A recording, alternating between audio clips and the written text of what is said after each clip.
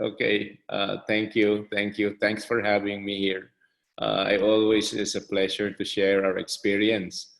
Um, our story began in Cagayan de Oro. So I grew up in a farming family. My father was into beef production, and in the early 90s, we were required by government to compost our farm waste. So by accident, we produced the first certified organic fertilizer in the Philippines, which got us into producing organic vegetables eventually. So when you're farming organic, people always ask you, I mean, is organic the way to go? I mean, will organic feed the world? How come your prices are so expensive? And I think it's pretty common with organic farmers to get these questions. No? So at the back of my head, I always wanted to prove that this this thing that we are doing is the way to go. And I think the best way to do that would be to try to produce my own food. So I've always wanted to do that, but work got in the way, and I got back into growing my organic lettuce to supply my market. So, but in 2010, our farm got hit with the first typhoon in Mindanao, and it got devastated. Overnight, the prices of food went up in this small farming community because it got connected to, I mean, the bridge that connected us to Cagayan de Oro got washed out in the flood. So that really dawned on me because in this small farming community, there was no food. The That was when I realized that all farmers, myself included, we were just really growing cash crops to sell to get money, and then we buy food in the store, which should not be the case, no? So all farmers were like that. We had doubling of prices. It was so expensive to be able to run that farm because then we have to transport now, instead of 30 minutes, we have to go around and transport our inputs for 6 hours. So we decided to shut that farm down. And at the time, I was already selling my produce to Makati in Manila. And I said to myself, I think this is a wake-up call, and we have to go and try to produce our own food and move south. So we were able to find this place with 600 square meters of area. And we decided to start to see how much food we can grow. So it started with the idea of what would be our main input. Because when you're growing organic food, you feed the soil, and then the soil feeds the plants. And when you're in Manila area, we didn't have the kind of inputs that we had in the farm. Like we had cow manure and we have yard clippings. And then we found out that there was so much biodegradable garbage that we could find in Manila that we can turn into compost. And this was perfect because what we wanted to do was we were going to want to grow our own food, but we also want to do it in a way that cleans the environment. Okay, so next slide. Next slide, please.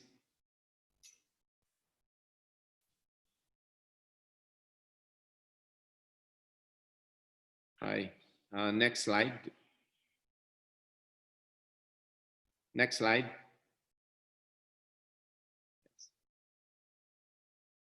Okay, next.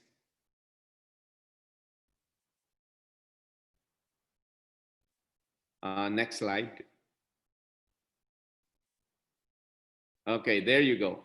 So here, can you go back, please?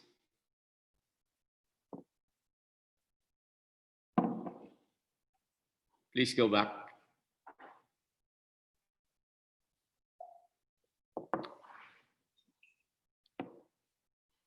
Next slide.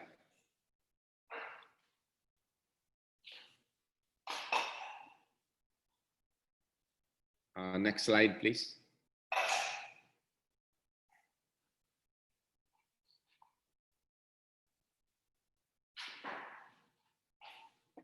Next slide.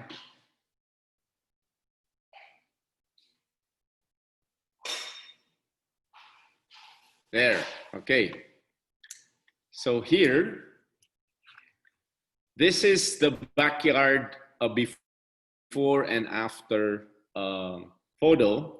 On your left, we started with this. So we had a pretty big front yard and a backyard, and we turned it into a garden. So we logged all the produce that we got after a year, and we were really surprised that in 600 square meters, we were able to produce 2 tons of fruits and vegetables and about 500 dozens of eggs. Okay, so we did not, we did not buy our own eggs anymore. We were producing our own eggs, and this was fed using the food scraps that we were gathering around the neighborhood and from our store in Makati. So we said to ourselves, hey,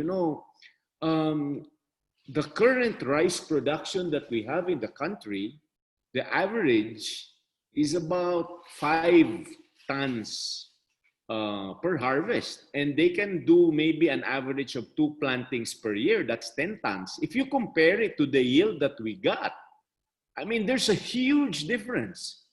So this really created this advocacy of ours that, hey, we have to go out and share this information with as many people as we can.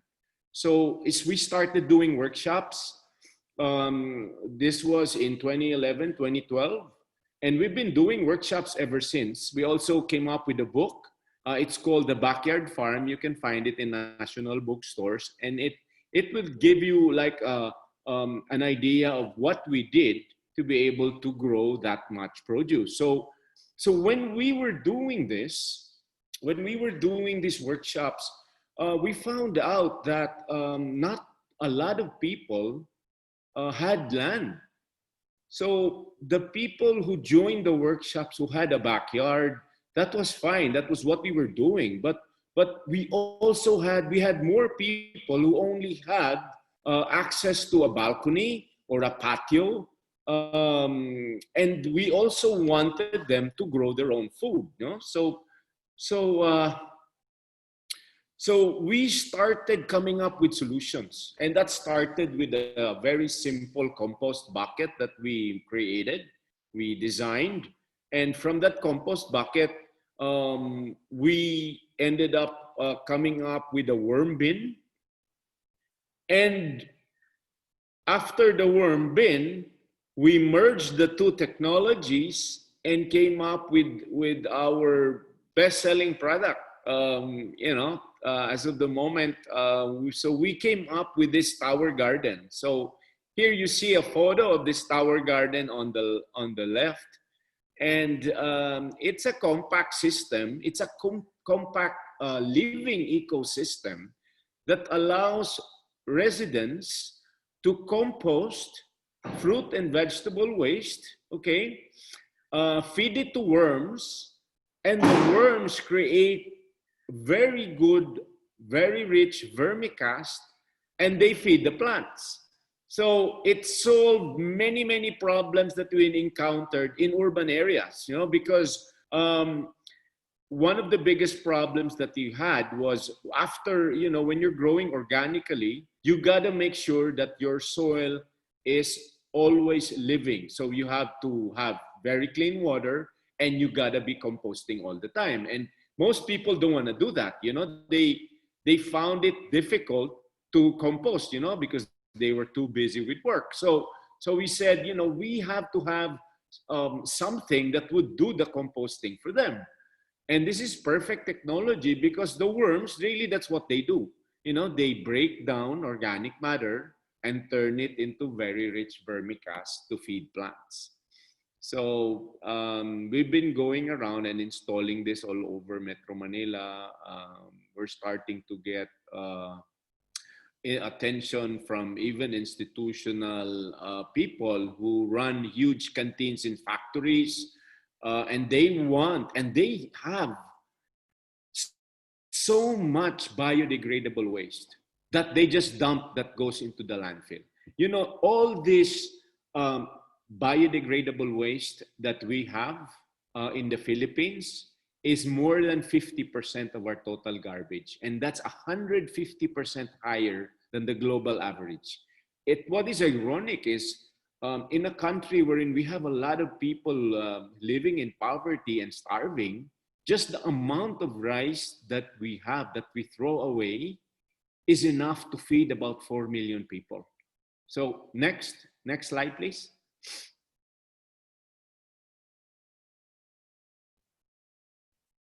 Next slide.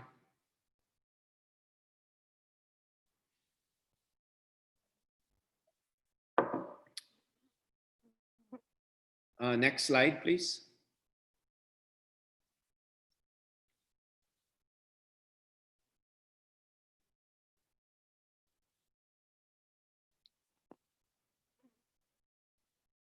Next.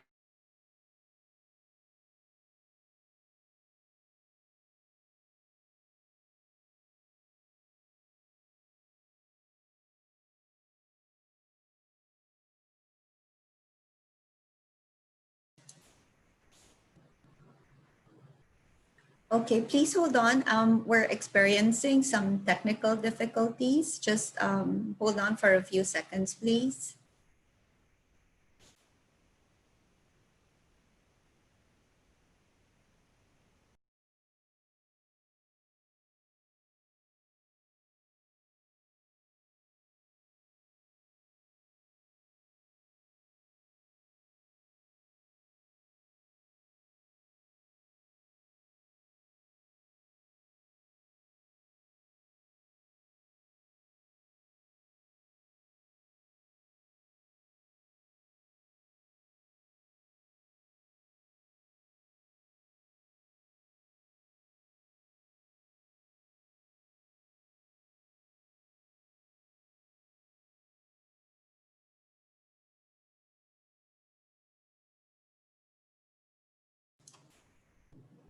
We lost the signal of Nicolo. We're trying to get in touch with him. There, he's back. Thank you for waiting. Yep, we're back. Sorry.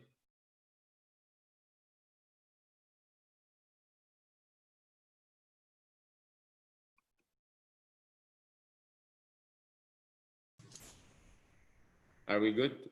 Yes, your signal is good now, Nicolo. Please continue. Thank you.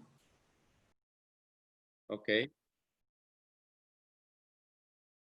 Yeah, okay. So let's go back to the slides. Yeah, let's go back to the slides.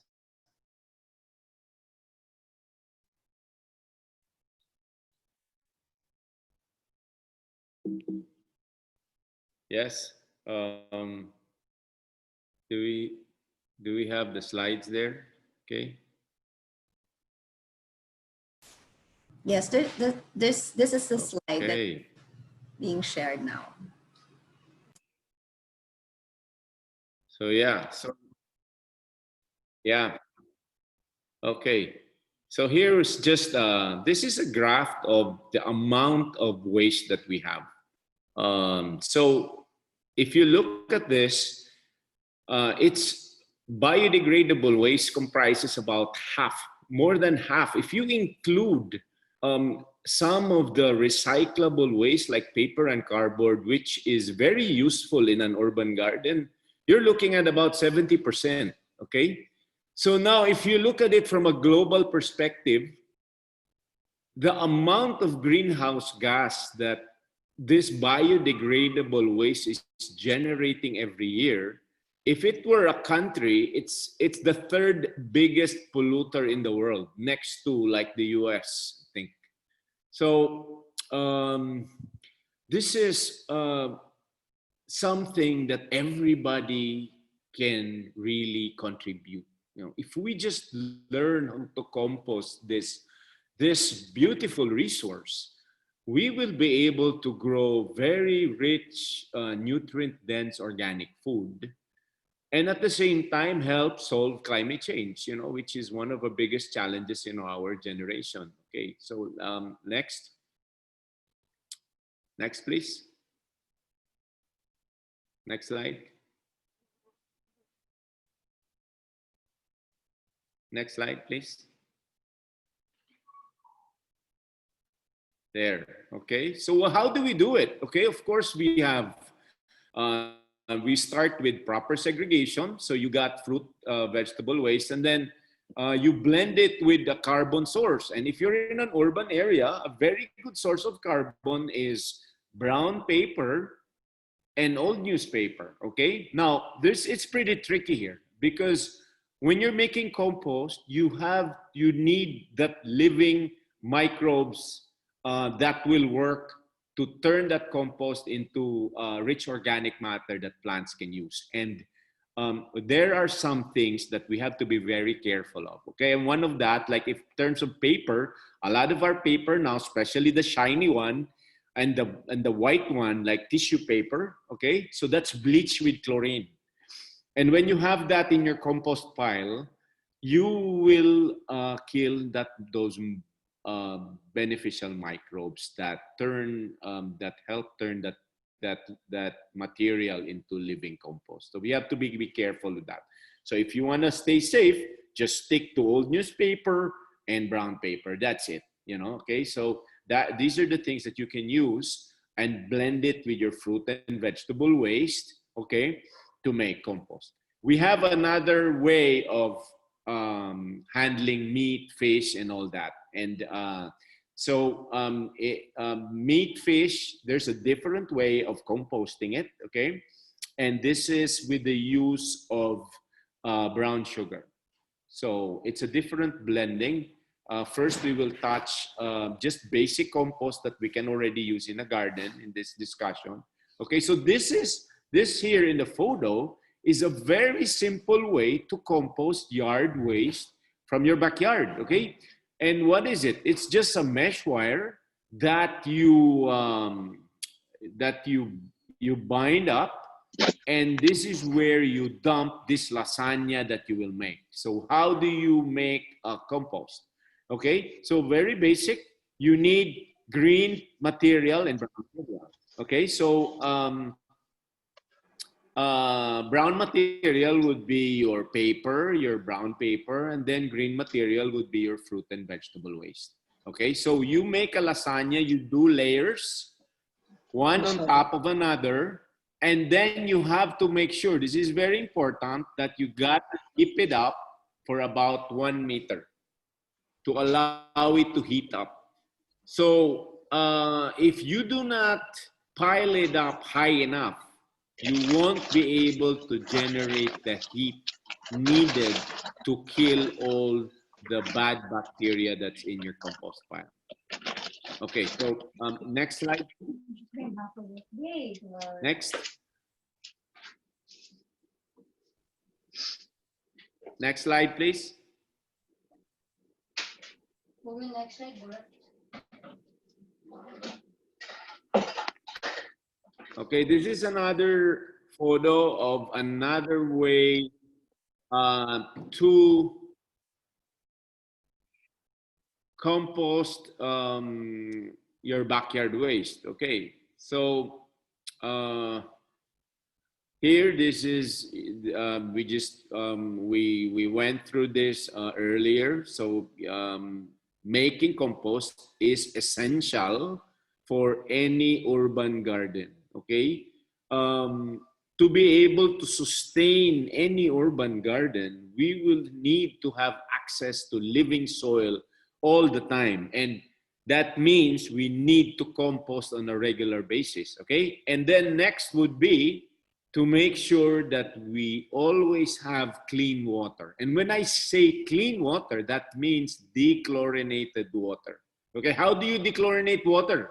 Okay, you just let tap water sit overnight, okay, in an open container, and then before you sleep, you'd stir it for like 5 minutes. That would be enough to allow chlorine to evaporate. So then the next day, you will be able to use that for your plants. Now, a very big problem with any urban garden that we've seen is they use tap water straight away. And when you do this, you kill the living soil, the beneficial microbes that's feeding the plants. So in any organic garden, this is something that you got to remember, okay? You feed the soil and the soil will feed your plants. So you got to make sure that that soil stays healthy. Okay, next. Next slide, please.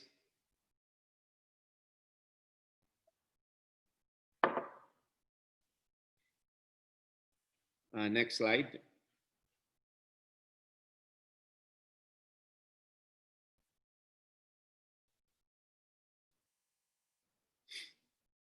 Next slide. Okay. Okay. Next slide.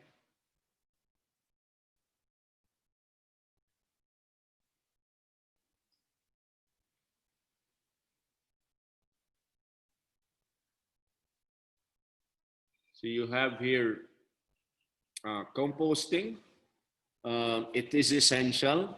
Everybody has to do it. If you want to run a successful urban garden, you have to be composting on a regular basis. You can do it using buckets, you can use it using the mesh wires. But to be successful, it needs constant composting. So you have to keep feeding your plants very good compost or very good biodegradable, we call mulching material, okay? So yeah, so here are some samples of stuff that you can use. So we'll go back again to the two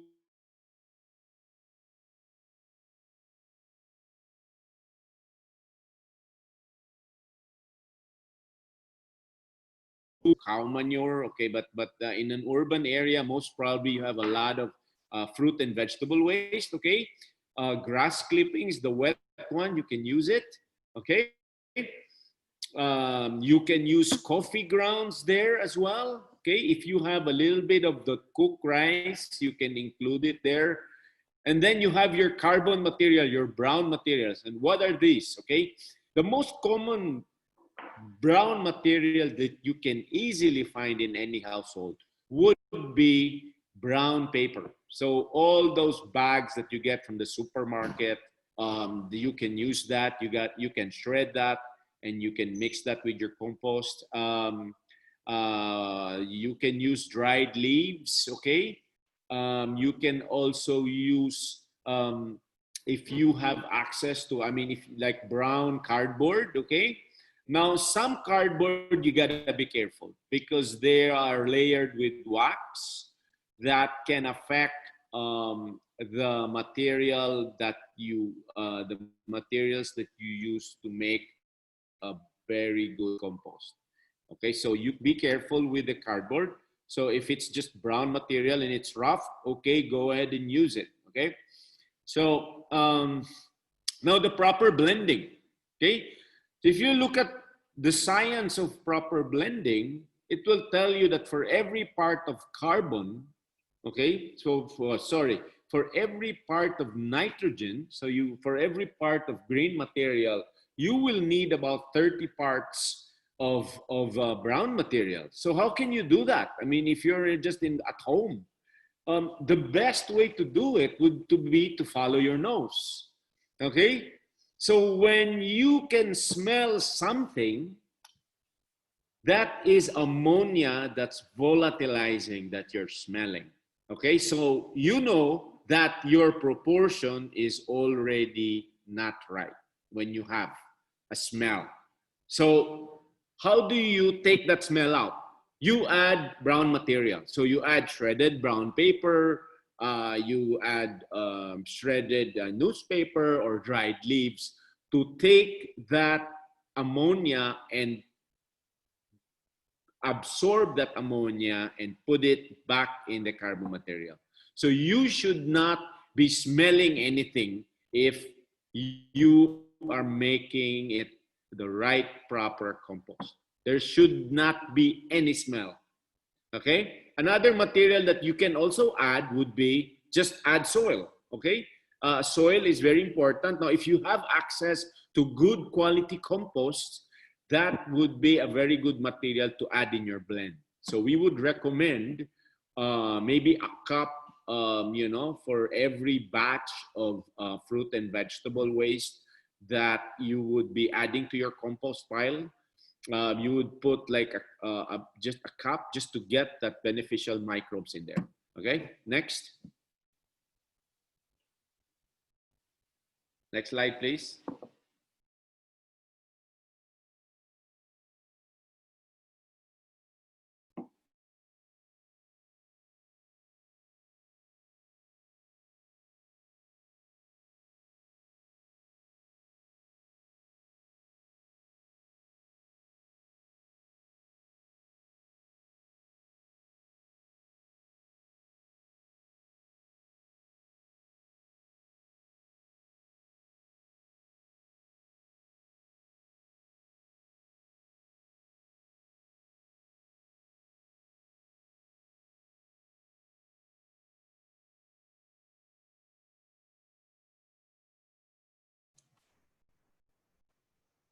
Hold on, please. We're having technical difficulties again.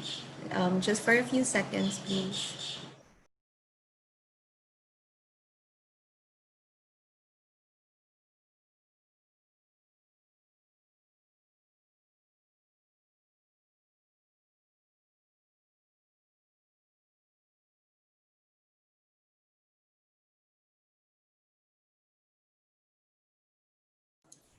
Yeah, sorry about this. We'll try to get him back. Nicolas in Laguna, so we're in, I think it's raining hard there now, so we'll try to get him back. Hold on, please.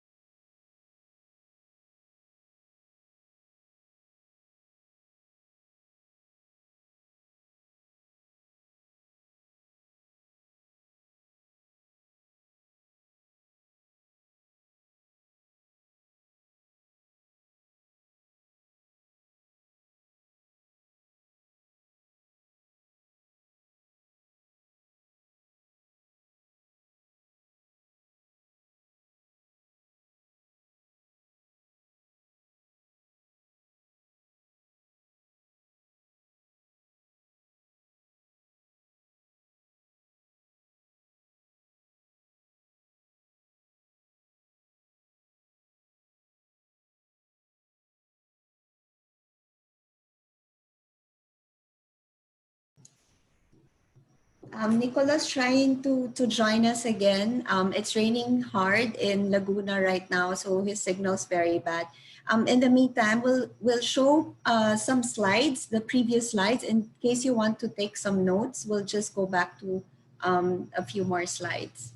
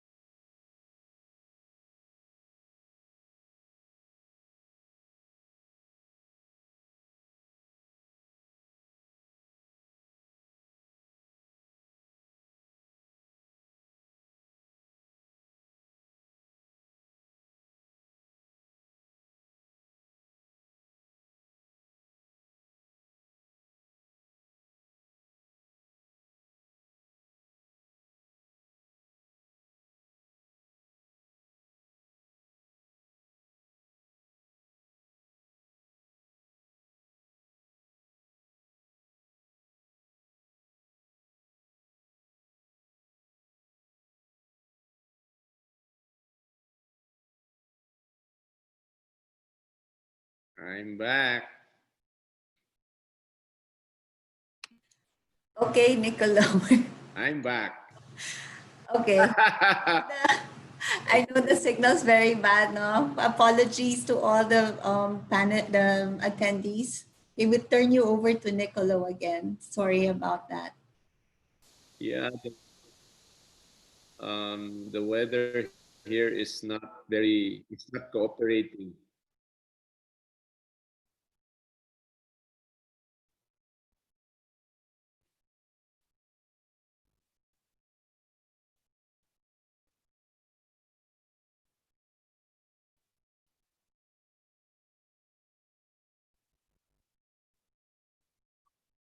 Yeah, okay. Okay. So, um, so what we have here, this is our tower garden that we are promoting now because it is a very it's an easy way of being able to do gardening at the same time composting, which is very vital in a backyard organic garden. So the beauty with this system is it cuts a lot of the hard work that backyard garden would entail. Like you hardly have any weeding. Even if you're in a wheelchair, you can garden with this unit. Because you can just go around. The amount of plants that we can put in here is enough to cover like a 5 square meter garden, which most people, especially when you're living in apartment, you don't really have that access to land. Now, another good thing with this one, which we still have to let people how to teach people how to use it, is the unit has a basin in the bottom. If you look at the diagram here, so this basin collects the compost tea that the unit generates. So while you're feeding your worms fruit and vegetable waste from the worm tower in the middle, all that very rich compost tea is collected in the basin. And this compost tea, you cannot just use it on the tower, but you can also use it for your other plants just to get that beneficial microbes from getting in there. It's a quick way of getting life back into your garden and your soil. So we've seen this in many, many gardens wherein they just start applying the compost tea and mixing it with water. They spray it on the plants and then they water their plants using the tea, and it has really transformed their plants. So you see living the plant just going alive. You start seeing a lot of new shoots, and then after the shoot starts to come out, then you start to see flowers and then fruit. And one thing that is so rewarding with the garden is when you are doing something right, you see the results right away. So um, if you do something today, after like a day or two, you already see the glow in your plants, and it's so fulfilling. um I mean, just from my own experience, I noticed that whenever I'm in a bad mood and I'm there with my plants, the plants seem to get that energy. So when you're doing something, when you're in your garden, you sort of establish that connection. It kind of reminds you that we're all living in the same world and we're all connected. I mean, I think this is a value that is something that I've learned. Even and you can easily learn even if you are just growing a tomato in a pot or an herb. You see these things happening. So okay, so next slide please. Next slide.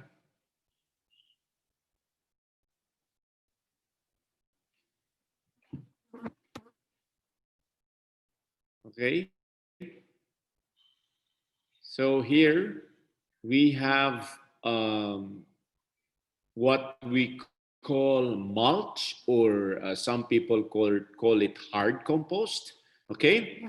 Now, I want you to remember that when you are trying to compost, it doesn't necessarily mean that what you end up with is something that looks like soil already. Okay, this is the misconception that a lot of people think. Like when you're making compost, it has to be fine.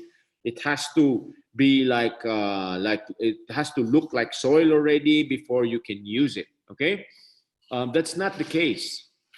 In many instances, like in our situation, like in any urban garden, you will realize that a living mulch, okay, so a mulch is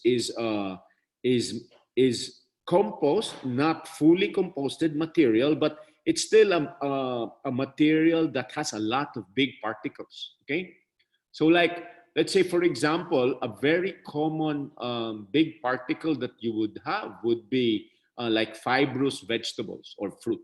Like, when you're composting, probably you will end up with a product with still a little bit of those hard peels of fruit and vegetables that is already brown but is still not broken down. It's still big. That is a very good material to put in your plants. Okay, but as a mulch, so you put that on top of growing plants. Okay, so you put it, let's say if you have like a pot that's already big, you have a big plant, that living mulch that you produce is very good to put on top of plants that are already grown, because then you will be able to cover the soil that you have in your pot or in your planter and when you cover, you do not allow sunlight to hit the soil. So one of the biggest another big problem that happens in any garden would be, most often you expose your soil to sunlight, and when you do that, you kill a lot of those beneficial microbes that's gonna feed your plants. So I always tell people that who go to our workshops that you have to make sure that you cover every square inch of that vegetable bed. So you should not be exposing any soil. Any soil should be covered in mulch. So you constantly produce living organisms underneath that mulch. Okay. You also control moisture, so you do not have to water all the time. Okay. Then you also, I mean, if I'm sure in whatever garden that you all have right now, if you have some plants, whenever you have some organic material on top of soil and you take it out, you notice there's a lot of living organisms underneath. Okay, so this is what you want to have in your plants. You need all these living things, underneath those living mulch that you have. And there's many things that you can use as a mulch. And a very common one would be cardboard material. You can just use that to cover. You have dried leaves, you have old newspaper that you can also use. Okay. Next slide, please.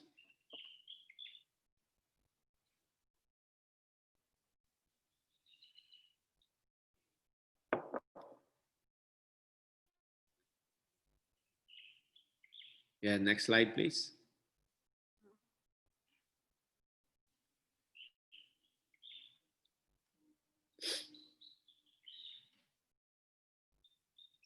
Okay. So this is there you go. Okay. this is a sample of applying mulch in vegetable beds. Now, you can also apply the same thing in containers. So so if you see here, you have cardboard. You can use dried leaves, twigs, yard clippings like leaves, and just use that to cover your soil or your pots. So when you do this, you create that living environment underneath, and that's what you want.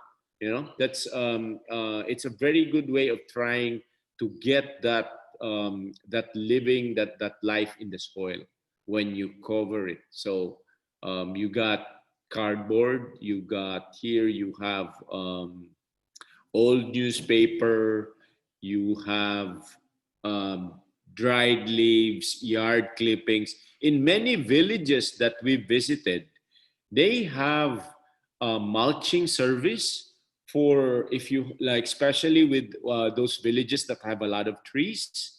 The association, actually, you can call them and they will bring a mulcher to your backyard, and they get to mulch um, grass clippings, you have twigs, branches, and you can use that material.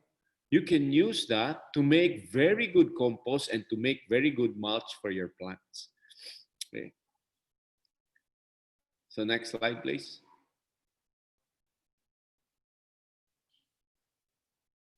So we're gonna wrap this up. Okay. So this presentation is a backyard garden has three very basic things that you got to maintain, okay, if you want to have a successful urban garden. Number one is you have to have living soil, okay? Number two, you gotta use clean water. Many people think that they can just use tap water and water their plants. See, when you use that for vegetables, and most of the vegetables that we have are shallow rooted, okay, you kill those beneficial bacteria that are supposed to be feeding your plants.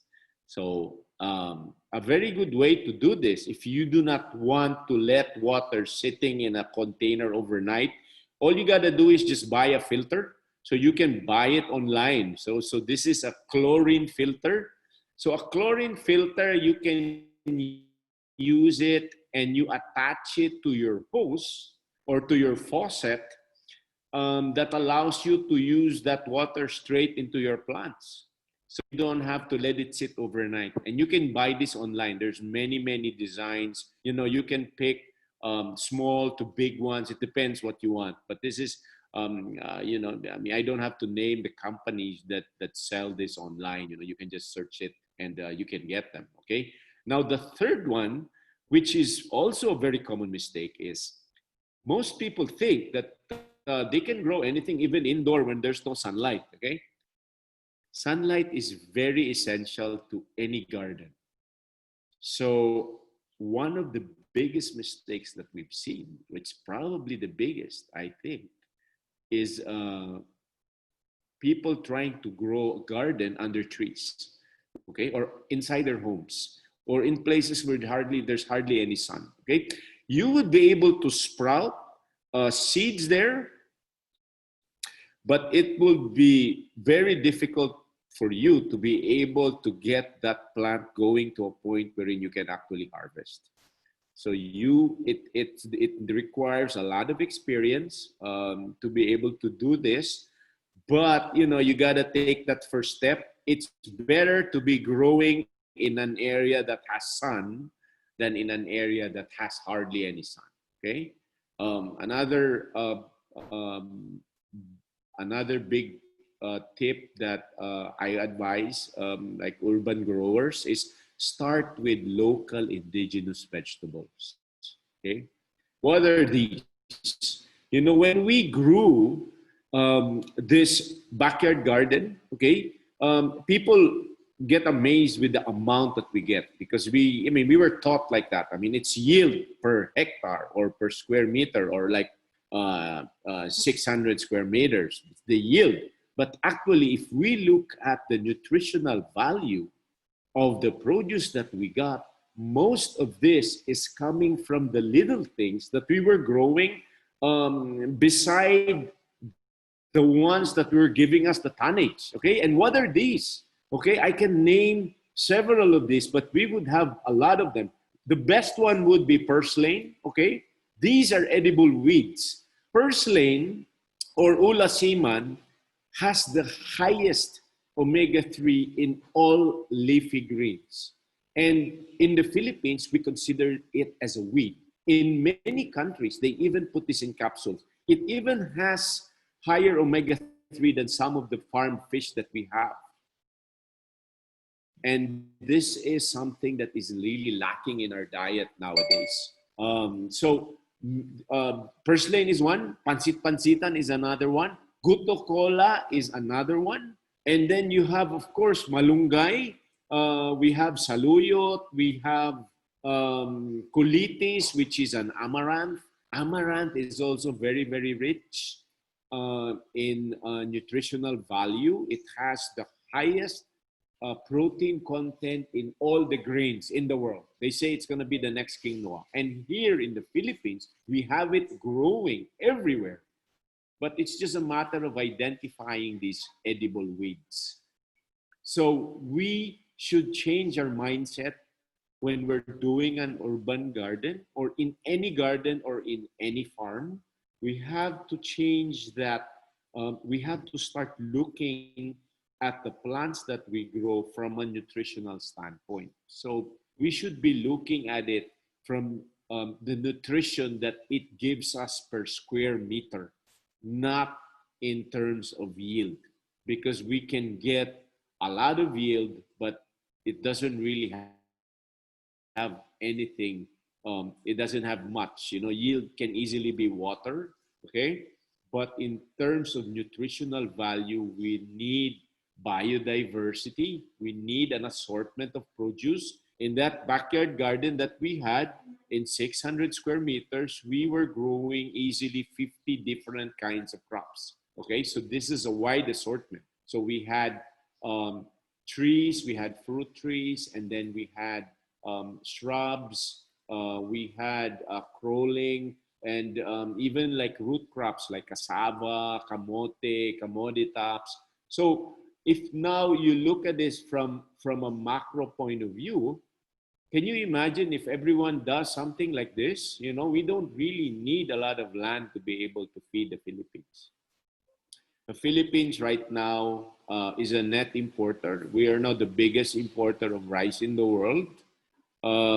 There's many things that we import here. We import majority of our beef. And then we have so much grass that we are just, you know, a lot of it is being burned every year. There's many things that we can do here. There's a lot of opportunities, and hopefully, you know, starting a small garden in the backyard is gonna open up new opportunities for everyone. Okay, thank you very much, and I hope you learned something today.